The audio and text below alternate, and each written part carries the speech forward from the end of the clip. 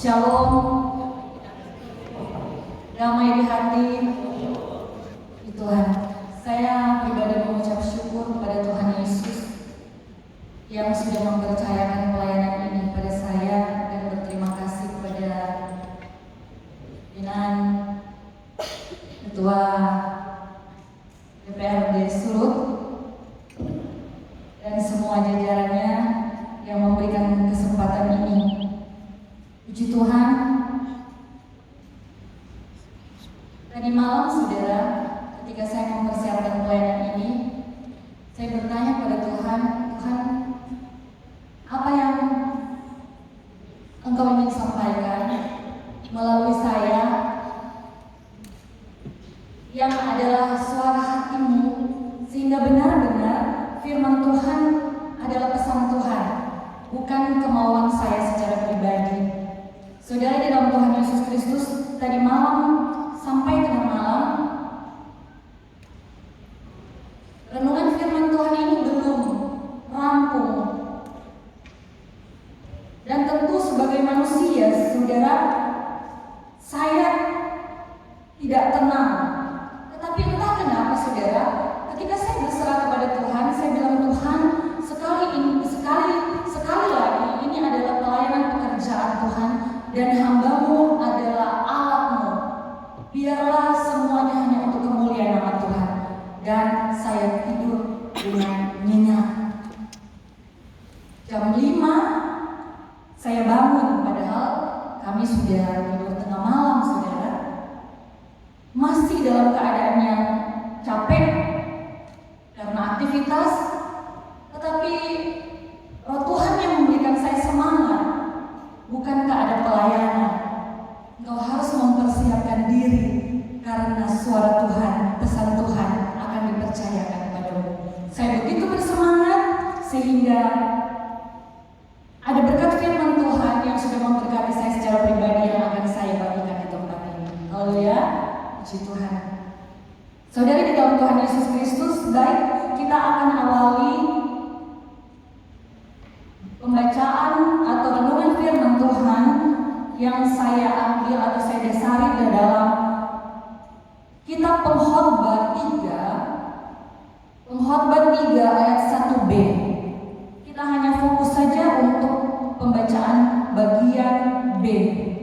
Saya baca bagi kita semua.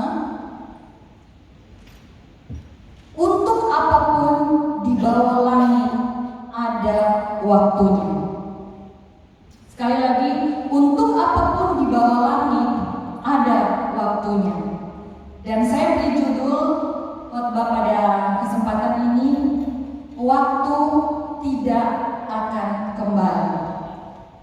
Saudara, waktu itu sebenarnya sesuatu yang kita tidak bisa deskripsikan, kita tidak bisa jelaskan secara pasti.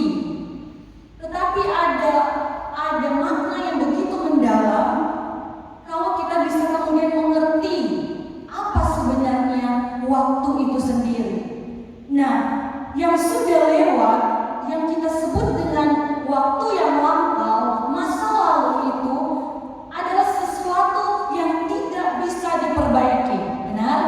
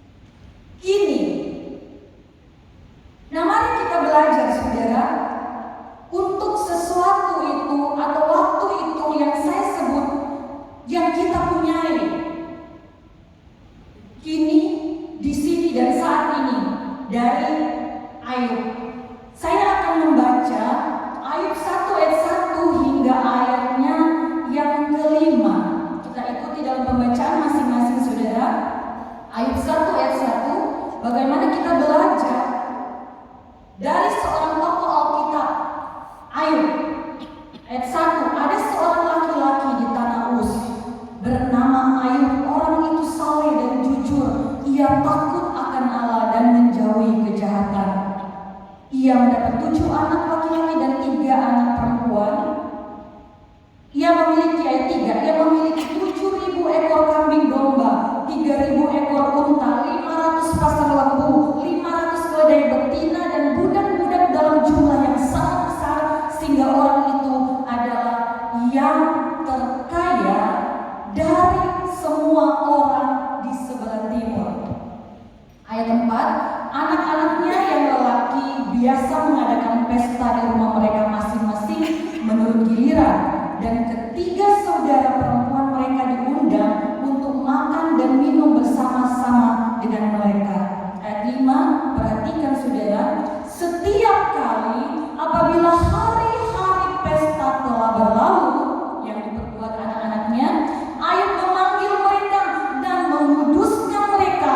Keesokan harinya pagi-pagi bangunlah Ayub lalu mempersembahkan korban bakaran sebanyak jumlah mereka sekalian, sebab pikirnya mungkin anak-anakku sudah berbuat dosa dan telah mengutuki Allah di dalam hati. Demikianlah dilakukan Ayub senantiasa. Ayub dikatakan firman Tuhan dan diakui oleh Allah sendiri orang yang terkaya di wilayah timur, saudara. Nah, saudara, di dalam Tuhan Yesus Kristus, saya tadi awalnya bahwa kita akan belajar dari tokoh ini. Hal yang pertama yang kita akan belajar atau yang kita akan pelajari di sini, saudara, bagaimana kehidupan seorang yang kaya raya, orang yang punya harta yang melimpah dan anaknya juga banyak. Tentu dia punya kesibukan seperti halnya kita semua, saudara. Dan saya pastikan orang yang kaya ini kesibukannya melebihi saya dan saudara. Banyak yang harus diurus, ya, karyawan, hartanya. Nah, apa yang ingin kita pelajari dalam hal yang pertama, kalau kita melihat tadi saya sudah baca dengan penekanan, saudara, di sana dikatakan di ayat 5, setiap kali. Itu bicara tentang apa? Ayub tidak pernah lupa.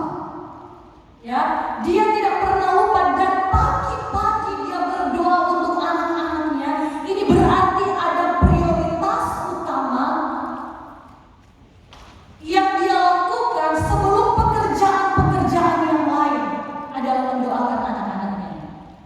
Nah, saudara, di dalam Tuhan Yesus Kristus, bahkan Alkitab mencatat bahwa Ayub senantiasa berkesinambungan. Ini bicara tentang apa? Bicara bahwa Ayub punya tanggung jawab moral bagi anak-anaknya. Saudara, di dalam Tuhan Yesus Kristus, apakah saya dan saudara punya tanggung jawab moral kepada orang-orang yang engkau kasihi, orang-orang yang dekat dengan engkau? Anak bicara tentang orang yang dikasihi, orang yang dipercayakan kepada saya dan saudara, keluarga kita. Ataukah tanggung jawab kita dikalahkan dengan finansial? Perhatikan saudara, di dalam Tuhan Yesus Kristus, Ayub bertindak sebagai imam yang membela perkara anaknya di hadapan Tuhan. Dia bawa anaknya di dalam doa setiap kali pagi-pagi. Sudah sesibuk-sibuknya kehidupan saya dan saudara dalam tanggung jawab pekerjaanmu, ingat bahwa ada tugas pokok yang tidak bisa digantikan dengan materi. Amin. Haleluya. Belajar, saudara, bagaimana Ayub, dia memiliki waktu yang prioritas, waktu yang luang, waktu yang khusus untuk anak-anaknya. Untuk itu, saudara, mari kita memperhatikan orang-orang yang ada di sekitar kita, keluarga kita, pasangan kita, anak-anak kita, orang tua kita. Beri mereka perhatian, beri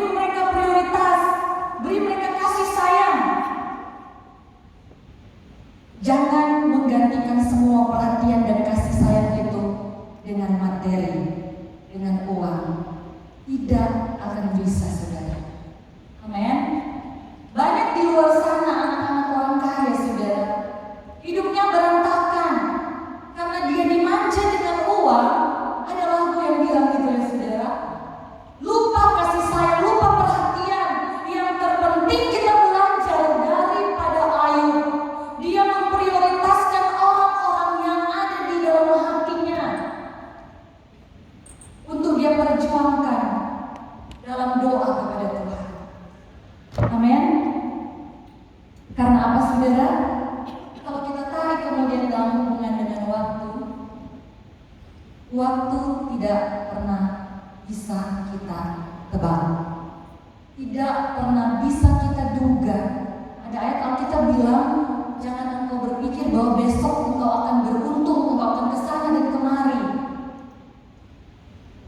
karena engkau tidak tahu waktu itu ke depan menjadi rahasia, tidak mudah ditebak. Ayat 19, perhatikan Ayub 1. Maka tiba-tiba angin ribut bertiup dari seberang padang gurun, rumah itu dilandanya pada 4 penjurunya, dan roboh menimpa orang-orang muda itu, sehingga mereka semua mati. Tiba-tiba saja orang yang engkau kasihi, orang yang engkau taruh di dalam hatimu, bisa pergi dengan tiba-tiba. Makanya saudara, Ayub sudah mengambil kesempatan yang baik dalam kehidupannya, saudara. Amin. Dia tidak mau menunda sesuatu yang bisa dia kerjakan, apalagi itu adalah sebuah tanggung jawab moral, saudara. Untung saja dia selalu mendoakan anak-anaknya. Haleluya. Haleluya, saudara. Puji Tuhan. Karena dalam sehari semua lenyap, bersyukur Ayub tidak membuang waktu dengan percuma.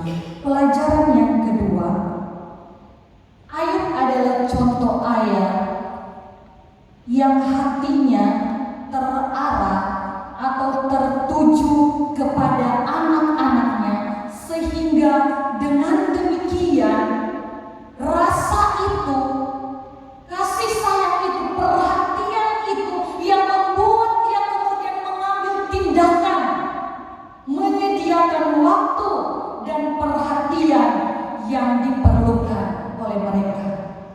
Sekali lagi, saudara, Ayub kemudian karena dia terarah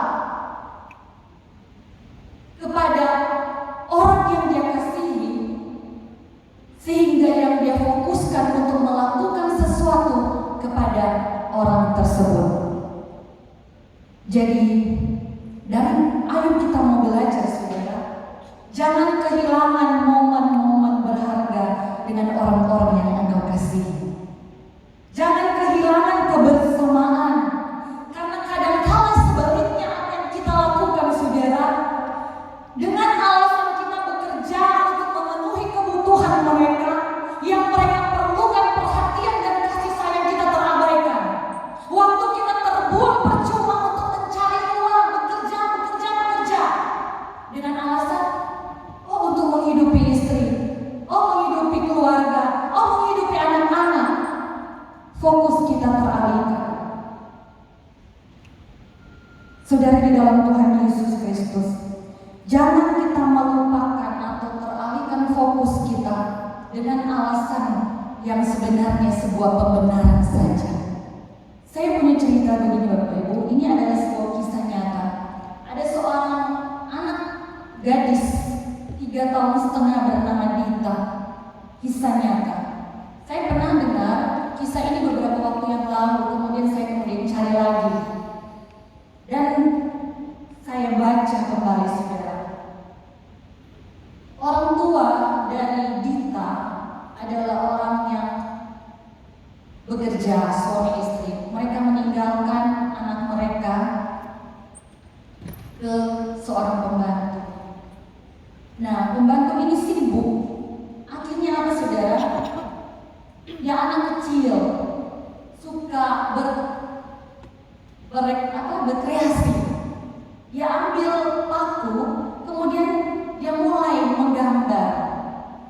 gambar di lantai rehel.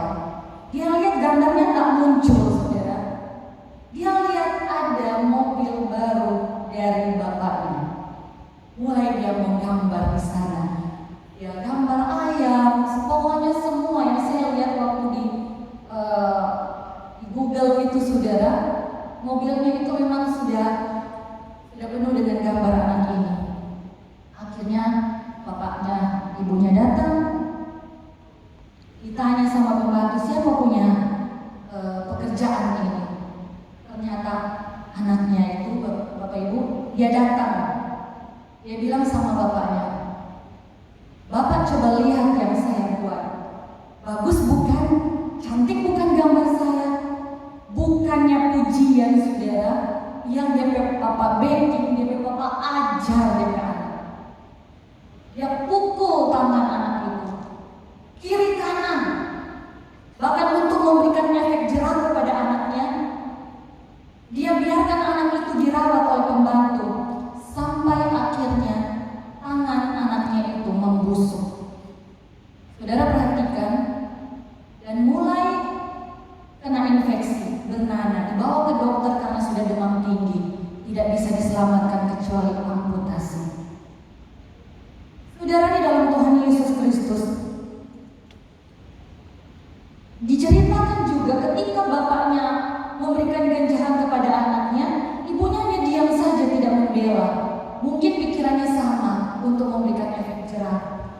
Betapa sakit hatinya atau betapa penyesalan yang timbul dalam kehidupan ayah dan ibu Dita. Tangannya tidak bisa kembali, saudara. Dan Dita bilang sama ayah dan ibunya, "Kenapa tangan saya tidak ada? Kapan tangan saya kembali?" Betapa hancurnya hati kedua orang tua. Mereka sibuk bekerja. Dari hasil pekerjaan itu mereka menghasilkan mobil, saudara. Tetapi fokusnya beralih. Lebih sayang mobil daripada anak. Saudara, di dalam Tuhan Yesus Kristus, kembali lagi saudara, bahwa waktu tidak akan kembali. Apa yang engkau lakukan di masa lalu hanya bisa disesalkan di masa sekarang. Makanya hari ini, saat ini, kini, apa yang engkau bisa lakukan bagi orang-orang yang terdekat, jangan tunda, saudara. Karena kemungkinan besar besok atau mungkin beberapa saat kemudian dia tidak ada lagi bersama dengan engkau, seperti halnya Ayub tentang anak-anaknya, atau justru sebaliknya, engkau tidak akan ada lagi bersama dengan mereka. Saudara, di dalam Tuhan Yesus Kristus, mari kita mengingat bahwa waktu tidak akan kembali. Tidak akan ada satu peristiwa yang persis benar seperti apa yang terjadi pada hari yang lalu. Dan itu juga tidak akan mungkin terjadi pada hari ini. Dan mungkin dan pasti tidak akan terjadi persis sama pada hari yang akan datang.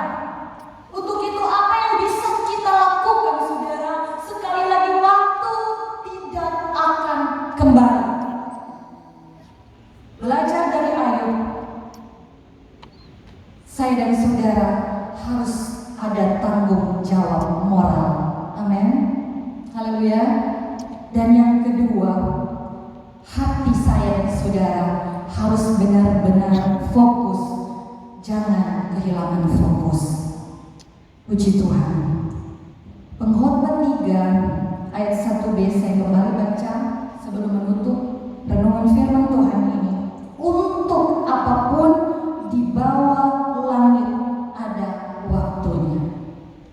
Untuk apapun, kata firman Tuhan, tanpa terkecuali. Untuk apapun.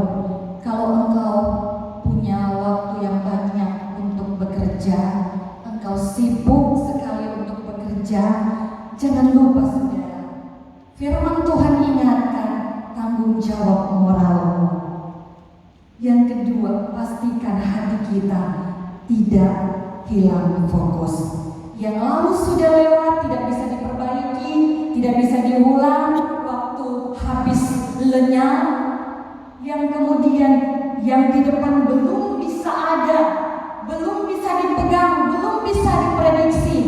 Tetapi satu-satunya waktu yang kita punya kini, di sini, saat ini. Karena waktu tidak akan pernah menunggu. Jangan buang percuma, jangan hilang dengan percuma, jangan sia-siakan, manfaatkan sebaik-baiknya. Puji Tuhan. Saudara di dalam Tuhan Yesus, demikian firman Tuhan. Dan